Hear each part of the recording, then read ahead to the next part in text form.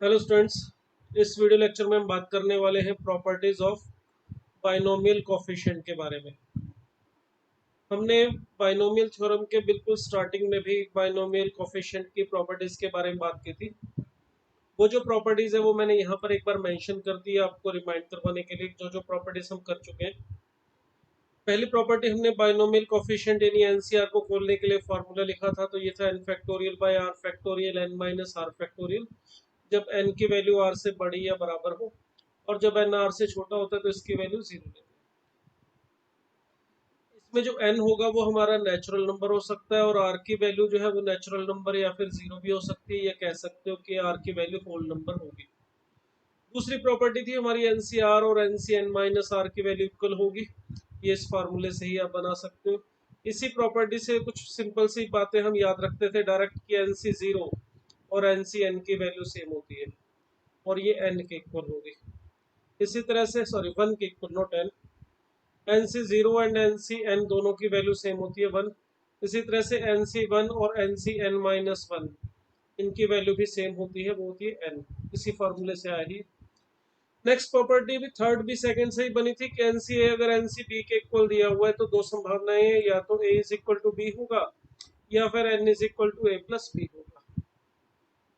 Next property हमारी थी NCR को हम छोटा करना चाहे एन और आर को, तो एन को आगे लाके मल्टीप्लाई या आर को नीचे लाके डिवाइड, और ऊपर एक कम कर सकते थे n minus one C are minus one. इसे और भी छोटा करना चाहे तो कर सकते हैं, जैसे ये एन और आर को नीचे लाने पर ये एक एक कम हो गया। इसमें से अभी एन माइनस वन को भी आगे ले आए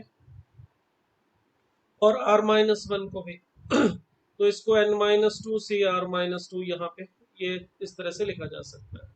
और भी अगर चाहो तो इसको छोटा किया जा सकता है। तो ये थी हमारी प्रॉपर्टी नंबर 4। नेक्स्ट प्रॉपर्टी थी हमारी n C r upon n C are minus one, किसके इक्वल था, n minus r plus one C r. इस रिजल्ट का भी हमने कुछ एग्जांपल्स में डायरेक्ट यूज किया था। Numerically greatest term find out करते वक्त भी इसकी प्रॉपर्टी की हेल्प ली थी हमने, और हमने यहाँ पे कुछ स्टार्टिंग में एग्जांपल्स भी किए थे इस प्रॉपर्टी की हेल्प से। नेक्स्ट हमारा था ये पास्कल रूल, एनसीआर और एनसीआर माइनस वन, एनसीआर और एनसीआर माइनस वन का सम किसके इक्वल होता है, n plus one C r के इक्वल। इस रूल को अप्लाई करने के लिए यहाँ पे जो ऊपर एन है वो दोनों में सेम होना चाहिए, और नीचे जो है इन दोनों में आर की वैल्यूज जो है उनमें वन का डिफरेंस होगा, आर और आर माइनस वन होगा, तो इसका सम हो जाएगा एन प्लस वन। इन दोनों में वन ऐड करके एन प्लस वन ऊपर, और नीचे जो दोनों में बड़ा है वो वाली वैल्यू आर यहाँ पर आ जाती थी। तो ये पास्कल रूल था। नेक्स्ट हमारा रूल था एन सी जीरो से लेके अगर हम एन सी एन तक जाएं, तो हमने देखा था कि एन सी जीरो से एन सी एन तक जाने पर जो टर्म्स का बिहेव है कुछ इस तरह से होता है कि पहले उनका साइज इंक्रीज करता है, बाद में साइज डिक्रीज करना शुरू कर देता है। एन सी जीरो और एन सी एन की वैल्यू सेम होती है, एन सी वन और n C n minus one की वैल्यू सेम होती है। मतलब ये मिडल तक तो इंक्रीज करती है, उसके बाद टर्म का जो साइज है वो डिक्रीज करना शुरू हो जाता है। इसलिए जो मिडल में टर्म आती है वही सबसे बड़ी टर्म होती है। तो एन सी जीरो से एन सी एन तक में सबसे बड़ा बाइनोमियल कोफिशिएंट होता है N C n by two, मगर ये तब होगा जब एन इवन होता है। अगर एन ऑड होगा तो इस केस में n C n minus one by two and n C n plus one by two, ये दोनों बाइनोमियल कोफिशिएंट हमारे सबसे बड़ी वैल्यू लेते थे एन ऑड के केस में। ये थी हमारी property number 7। Next property number 8 जो थी वो ये कह रही थी कि एनसीआर जो है वो हमेशा इंटीजर वैल्यू लेगा, ये कभी फ्रैक्शन में नहीं हो सकता। क्योंकि एनसीआर का मतलब आपको बताया था एन डिफरेंट ऑब्जेक्ट में से आर ऑब्जेक्ट को चुनने के जो नंबर ऑफ वेज है वो एनसीआर होता है। तो ये जो नंबर ऑफ वेज है वो कभी भी फ्रैक्शन में नहीं हो सकते, ये हमेशा इंटीजर वैल्यू ही आएगी, वो भी पॉजिटिव इंटीजर वैल्यू। अगर एन आर से छोटा है तो जीरो हो जाएगा, या कह सकते हो कि नॉन नेगेटिव इंटीजर वैल्यू ही लेगा ये। एंड द लास्ट प्रॉपर्टी हमने लिखी थी इसमें कि अगर n और r हमारे को प्राइम है, को प्राइम का मतलब n और r का जो HCF है वो वन होगा। HCF अगर n और r का वन है तो हमने प्रॉपर्टी लिखी थी कि ये जो NCR की वैल्यू आएगी वो डिविजिबल होगी n से। तो ये तो हमारी स्टार्टिंग में प्रॉपर्टी जो हमने पढ़ी वो थी। अब बाइनोमियल एक्सपेंशन से भी कुछ प्रॉपर्टीज, कुछ सीरीज टाइप के हमारे रिजल्ट्स यहाँ से बनते हैं जो हम अभी बनाएंगे और उसको याद रखेंगे। पहले हम देखते हैं वो एक्सपेंशन, वो रिजल्ट बनेंगे कहाँ से, फिर उसका यूज किस तरह से करना है। देखिए हमें पता है कि 1 प्लस एक्स पावर एन जो होता है हमारा एक्सपेंशन होता है वो होता है N C zero plus N C one into X plus N C two into X square and so on up to N C N X power N. ये हमने बाइनोमियल एक्सपेंशन लिखा 1 प्लस एक्स पावर एन का। ठीक है, अब इस expansion से कुछ सिंपल से रिजल्ट हम बनाएंगे, कुछ प्रॉपर्टीज बनाएंगे जो कि हम स्टैंडर्ड प्रॉपर्टीज की तरह आगे चल के एग्जाम्पल में डायरेक्ट यूज किया करेंगे। ये जो हमारा एक्सपेंशन है फर्स्ट वाला, इसका अगर मैं नंबर दे दूं, कुछ इस इक्वेशन को नंबर 1 दे देते हैं। चलिए, अगर मैं इस इक्वेशन नंबर 1 में इस एन की वैल्यू, सॉरी एक्स की वैल्यू 1 रख दूं, तो देखिए हमारा पहला रिजल्ट मिलेगा। यहाँ पे 1 रखने पर हमें मिलेगा 2 is equal to N C zero plus N C one plus N C two plus N C three and so on up to N C N. तो देखिए ये हमारी फर्स्ट प्रॉपर्टी है कि एन सी जीरो से लेके N C n तक का जो सम होगा वो 2 पावर एन के इक्वल होगा। एन सी जीरो से एन सी एन तक सभी टर्म्स जो प्रेजेंट होनी चाहिए, इन सब का सम 2 के equal, sorry 2 power N, not 2, गलती से यहाँ पे मैंने एन भी लिखा। एन सी जीरो से लेके एन सी एन तक का सम जो होगा वो 2 पावर एन के इक्वल होगा। इस प्रॉपर्टी को अगर आप ऐसे लिखना चाहें तो ये भी लिखा जा सकता है summation R from 0 to N N C R is equal to 2 power N. तो ये हमारा रिजल्ट नंबर 1। अब इसी में अगर फर्स्ट वाला जो एक्सप्रेशन है इसमें अगर मैं x की वैल्यू 1 की बजाय -1 ले लूं तो इससे देखिए हमारा दूसरा रिजल्ट आएगा। अगर x की जगह -1 रखूंगा तो जो लेफ्ट हैंड साइड है वो हो जाएगी 0। तो N C zero minus N C one plus N C two minus N C three, इसी तरह से सारी टर्म आएंगी अल्टरनेटिव पॉजिटिव नेगेटिव साइन के साथ। लास्ट वाली टर्म में देखिए x पावर n था तो यहाँ -1 पावर n हमें मिलेगा। मतलब ये हुआ कि लास्ट वाली टर्म अगर n इवन हुआ तो पॉजिटिव आएगी, n ऑड हुआ तो नेगेटिव आएगी। तो इन सभी टर्म्स का एन सी जीरो से लेके एन सी एन तक का जो सम है वो होगा 0 अगर वो अल्टरनेटिव पॉजिटिव नेगेटिव साइन के साथ है। अगर सारी टर्म्स पॉजिटिव साइन के साथ है, मतलब सम में लिखी हुई है सारी टर्म प्लस में लिखी हुई है एन सी जीरो से एन सी एन, तो सम होगा 2 पावर एन। अगर अल्टरनेटिव पॉजिटिव नेगेटिव साइन के साथ है तो सम होगा 0। इसी प्रॉपर्टी को सेकंड प्रॉपर्टी हम कह रहे हैं, और इसको अगर समेशन में लिखना चाहे तो ऐसे लिख सकते हैं summation R from 0 to N N C R -1 power R is equal to 0। इसमें ये ध्यान रखना है कि सारी टर्म्स हमारे पास प्रेजेंट होनी चाहिए। कोई भी अगर टर्म कम हो तो उसको ऐड सब्ट्रैक्ट करके पूरा करना पड़ेगा, फिर ये फार्मूला यूज में ले पाएंगे। फॉर एग्जांपल अगर हमसे कहा जाए भाई 7c1 minus 7c2 plus 7c3 minus 7c4 plus 7c5 minus 7c6 and plus 7c7, इसकी वैल्यू बताइए कितनी होगी। तो देखो इसमें 7c0 से स्टार्ट होके 7c7 तक नहीं है, 7c1 से स्टार्ट होके 7c7 तक है, और सारी terms alternative positive negative sign के साथ है। तो इसमें अगर 7c0 से स्टार्ट हो रहा होता तो इसकी वैल्यू 0 आ जाती। तो ये 7c1 हमारा पॉजिटिव साइन के साथ है, इसकी वैल्यू ढूंढने के लिए क्या कर रहा हूं मैं, इसमें -7c0 एंड प्लस 7c0 और कर देता हूँ। अब देखो फर्स्ट टर्म 7c0 से लेके 7c7 तक ये अल्टरनेटिव पॉजिटिव नेगेटिव साइन के साथ आ रही है। अब इससे कोई फर्क नहीं पड़ता कि ये फर्स्ट टर्म नेगेटिव से स्टार्ट हो रहा है, उसको कोई समस्या नहीं है। अगर आपको लगता है कि फर्स्ट NC0 वाली टर्म जो फार्मूला था हमारा उसमें NC0 वाली टर्म पॉजिटिव होती है तो इसे पॉजिटिव बनाना कोई मुश्किल काम नहीं है। आप इन सब में से माइनस कॉमन निकाल के लिखना चाहो तो ये 7c0 पॉजिटिव और -7c1 इस तरह से मिल जाएगा, और ये 7c7 माइनस का आ जाएगा। और अब ये 7c0 जो प्लस में था वो एज इट इज रहेगा। देखिए सीधा भी इसका सम आप 0 लिख सकते हो। 7c0 से लेके 7c7 तक सारी term alternative positive negative sign के साथ है तो इनका सम 0, और ऐसे माइनस कॉमन निकालने के बाद लिखना चाहो तो भी कोई दिक्कत नहीं है।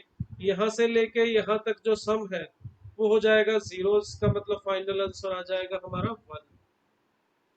इसी तरह से मैं कहूँ मान लेता सपोज किया हमें दिया जाए 10C1 plus 10C2 plus 10C3 up to 10C10 की बजाय 10C9 तक छोड़ दिया, इसका सम पूछा जाए कितना होगा 10C1 से लेके 10C9 तक का। तो देखिए NC0 से लेके NCN तक सारी टर्म्स का सम होता है 2 पावर n। अगर 0 से NCN तक सारी टर्म प्रेजेंट हो तो उसका सम 2 पावर n होता है। अब यहाँ पे इस एग्जांपल में देखिए जो मैंने लिया है 10C1 से 10C9 तक लिया है, तो इसमें अगर मैं इसका फार्मूला यूज करना चाहता हूँ 2 पावर 10 वाला, तो उसके लिए 10C0 भी होना चाहिए और 10C10 भी प्रेजेंट होना चाहिए। तो ये दो टर्म्स की कमी थी, तो अगर हमने इसको पूरा करने के लिए ऐड किया है तो सब्ट्रैक्ट भी करना पड़ेगा इन्हीं दो टर्म को। मतलब यहाँ पे मैं -10C0 और -10C10 लिख दूं, तो देखो यहाँ से लेके यहाँ तक सारी टर्म्स का जो सम है वो लिखा जा सकता है 2 पावर 10। और ये जो दो टर्म थी 10C0 वो भी 1 होता है और 10C10 की वैल्यू भी 1 होगी, तो फाइनल आंसर हमारा आ जाएगा 2 पावर 10 -2। तो ये देखिए ये हमारी दो प्रॉपर्टी है। प्रॉपर्टी नंबर 1 हमारी ये कहती है कि NC0 से लेके NCN तक सभी टर्म्स का सम हो तो 2 पावर n। दूसरी प्रॉपर्टी कहती है कि NC0 से लेके NCN तक का अल्टरनेटिव पॉजिटिव नेगेटिव साइन के साथ सम है तो वैल्यू 0 आएगी। अब इसी प्रॉपर्टी नंबर 2 से हमारी प्रॉपर्टी नंबर 3 बनेगी। वो क्या होगी देखिए, अगर इस सारी टर्म अल्टरनेटिव पॉजिटिव नेगेटिव है और सम इनका 0 है, तो मैं इसमें क्या कर रहा हूँ NC0 वाली टर्म एक तरफ कर लेते हैं, NC2 जो पॉजिटिव टर्म है उनको मैं एक तरफ कर लिख रहा हूँ और जो नेगेटिव टर्म होंगी उनको मैं उधर उठा के ले चलता हूँ। जैसे NC1 है इसे उठा के इधर ले चलता हूँ, NC3 को भी उधर 0 के साथ में ले जाके प्लस कर देता हूँ। तो प्रॉपर्टी बनेगी NC0 plus NC2 plus NC4 plus NC6, जिसमें R की वैल्यू इवन है उन सबका सम, और NC1 plus NC3 plus NC5 plus NC7 and so on, जो ऑड R की ऑड वैल्यूज वाली टर्म्स है उन सबका सम इक्वल हो जाएगा। एक तरफ रह जाएंगी सारी इवन R वाली टर्म्स और दूसरी तरफ ऑड R वाली टर्म। तो प्रॉपर्टी नंबर जो 3 है वो यही है हमारी। प्रॉपर्टी नंबर 3 कहती है कि इवन R वाली वैल्यूज और ऑड R वाली वैल्यूज के जो बाइनोमियल कोफिशिएंट्स है उनका सम सेम होता है। और कितना होता है ये भी आप आसानी से सोच सकते हो। देखिए अगर मान लो कि इन सब का सम है x, या कुछ x तो हमने चलो ऊपर लिख रखा है, इसका सम मान लेता हूँ k है, तो इसकी वैल्यू भी k है लेफ्ट साइड, तो ये जो राइट हैंड साइड है इसकी वैल्यू भी k होनी चाहिए। अब k की वैल्यू होगी कितनी, देखिए हमारे पास प्रॉपर्टी नंबर जो 1 थी उसके according NC0 plus NC1 plus NC2 up to NCN, इन सब का जो सम था वो 2 पावर n था। अगर इन सब का सम 2 पावर n था, इसको अगर प्लस में ही है तो मैं इवन R वाली टर्म पहले लिख लूं और ऑड R वाली टर्म उसके साथ ऐसे लिख दूं, तो सारी टर्म पॉजिटिव है तो कोई फर्क नहीं पड़ेगा, NC1 प्लस NC3 वाली टर्म यहाँ पर आ जाएंगी। अब अगर यहाँ पे ये जो टर्म्स हैं इनका सम k था और ये सम दोनों का बराबर था तो ये भी k है, तो इसका मतलब 2k is equal to 2 power n, यहाँ पे n है नॉट k, तो इसका मतलब हमारा 2k is equal to 2 power n मिल रहा है। इट मीन्स k की वैल्यू होनी चाहिए 2 पावर n माइनस 1। k का मतलब क्या था, k का मतलब था NC0 plus NC2 plus NC4 and so on up to जितने भी इवन R वाले टर्म्स होंगे उन सबका सम। इसके इक्वल था NC1 plus NC3 plus NC5 and so on up to this, इन सबका सम इक्वल था और k के इक्वल हमने लिया था और k की वैल्यू आ रही है 2 पावर n माइनस 1। तो ये देखिए ये है हमारी प्रॉपर्टी नंबर 3। ठीक है, तो क्या है प्रॉपर्टी, NC0 NC2 जितने भी R की इवन वाली टर्म्स होंगी उन सबका सम और जितने भी R की ऑड वाली वैल्यूज होंगी उन सबका सम इक्वल होगा, किसके इक्वल होगा, 2 पावर n माइनस 1 के। क्या मतलब है इसका, देखिए एग्जांपल की तरफ से, एग्जांपल की हेल्प से समझे। मान लो n की वैल्यू मैं ले लेता हूँ 6, तो 6 से 0 6C1 6C2, अगर 6C0 से लेके 6C6 तक का सम है, यहाँ पे टोटल 7 टर्म्स आएंगी। चलो सबको लिख लेता हूँ मैं। 6C3 प्लस 6C4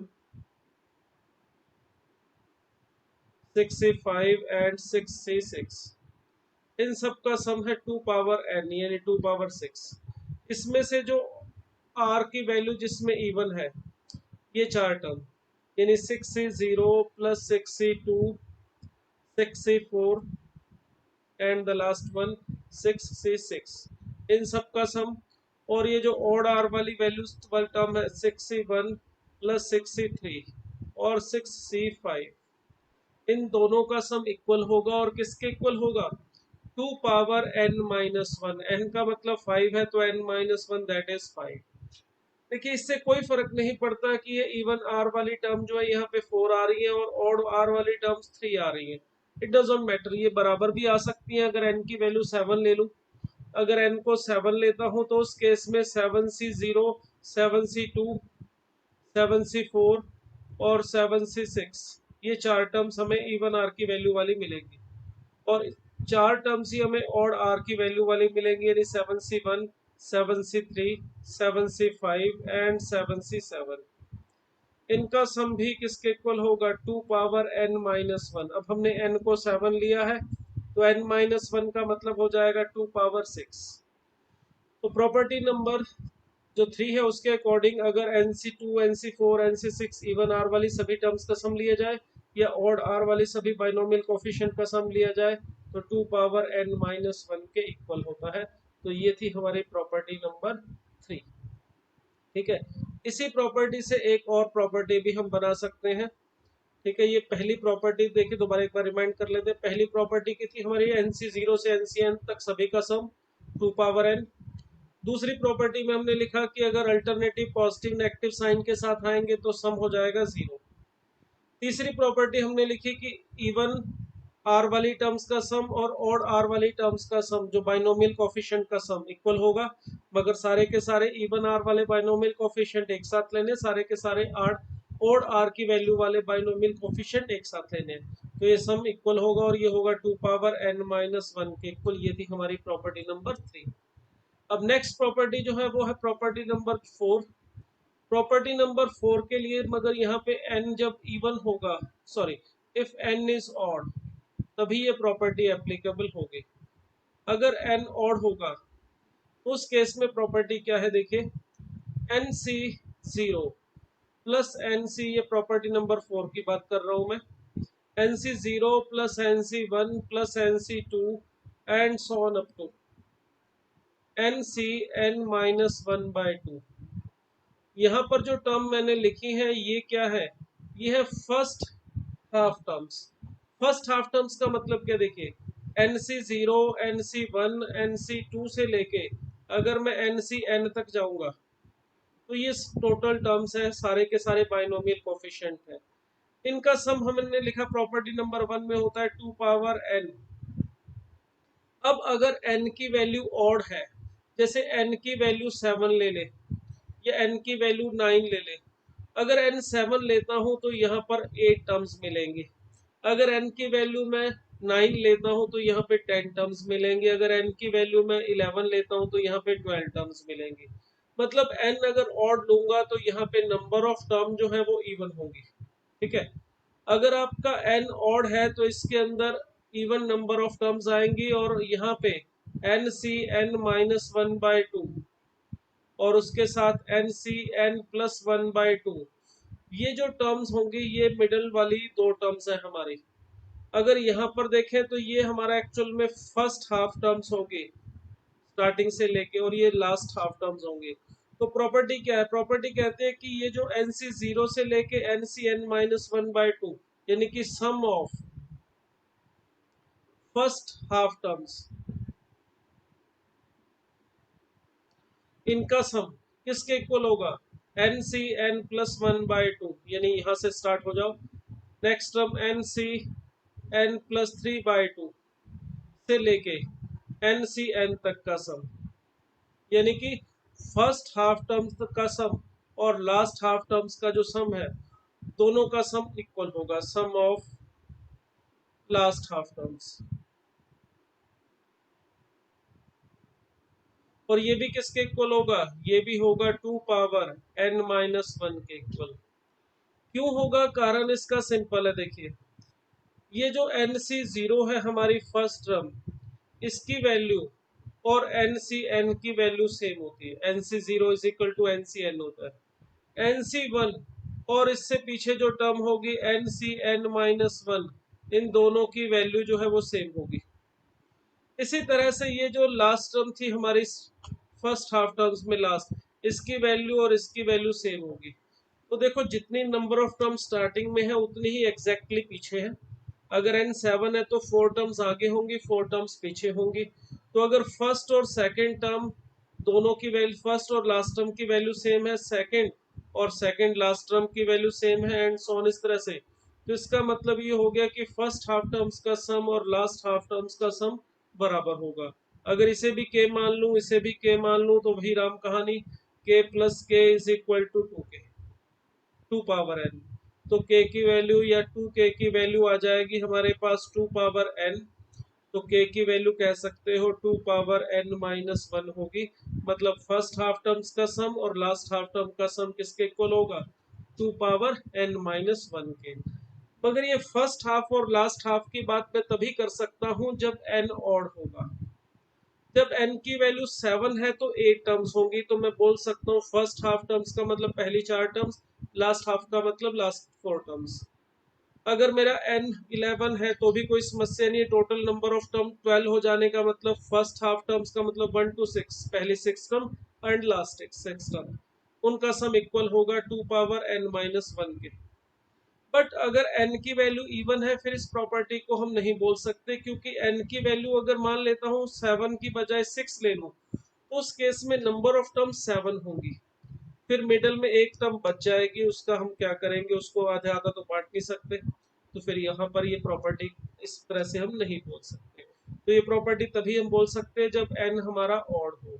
तो मतलब ये है कि अगर मुझे यहाँ पे बोला जाए 10c, या सॉरी 10 तो इवन है, और n की वैल्यू ऑड लेनी पड़ेगी, तो मैं 15 से स्टार्ट करूँ, 15c0, 15c1 and so on up to mid तक जाए। देखो n 15 है तो 15 से 15 तक टोटल होनी चाहिए 16 टर्म। तो टोटल सभी टर्म्स का सम लेते हैं तो 15 से 0 से लेके 15 से 15 तक, फिर तो सम होगा 2 पावर n। यहाँ पे शायद आपको दिखाई नहीं देगा, पीछे थोड़ा इधर कर देता हूँ। अगर मैं 15 से 0 से लेके 15 से 15 तक जाता हूँ तो इन सभी टर्म्स का तो सम होगा 2 पावर 15, 2 पावर n, और ये 16 टर्म्स है। अगर इसको मैं हाफ हाफ करूं तो इसकी जो फर्स्ट हाफ टर्म्स होंगी दैट इज 15c7 तक आएगा इनका सम, और लास्ट 50 हाफ टर्म्स का मतलब हो जाएगा इसके आगे, यानी 15c8, 15c9, ये हमारी लास्ट हाफ टर्म्स होगी। अगर आप सभी टर्म्स का सम ले रहे हैं फिर तो हो जाएगा 2 पावर 15।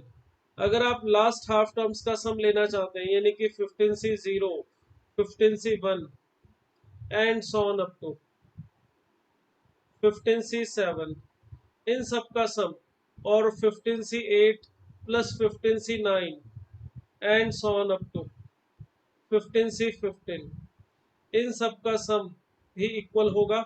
और ये किसके इक्वल होगा, 2 पावर n माइनस 1 यानी 2 पावर 14 के। ठीक है, तो ये हमारी प्रॉपर्टी नंबर 4। तो अभी तक हमने जो प्रॉपर्टीज की, इस लेक्चर में हमने 4 प्रॉपर्टीज के बारे में बात की। 4 प्रॉपर्टीज कौन कौन सी थी। पहली प्रॉपर्टी हमने कहा कि NC0 से लेके NCn तक का सम 2 पावर n के इक्वल होता है। और इस प्रॉपर्टी को हमने शॉर्ट में लिखना है तो ऐसे लिख सकते हैं, summation r from 0 to n NCn is equal to 2 power n। Second property हमने यहाँ पे लिखी है कि अगर यही बाइनोमियल कोफिशिएंट का सम अल्टरनेटिव पॉजिटिव नेगेटिव टर्म के साथ हो, NC0 minus NC1 plus NC2 minus NC3 इस तरह से, और लास्ट में NCn माइनस 1 पावर n साथ में आएगा। n इवन होगा तो लास्ट टर्म पॉजिटिव, ऑड होगा तो नेगेटिव, तो इसका सम 0 आएगा।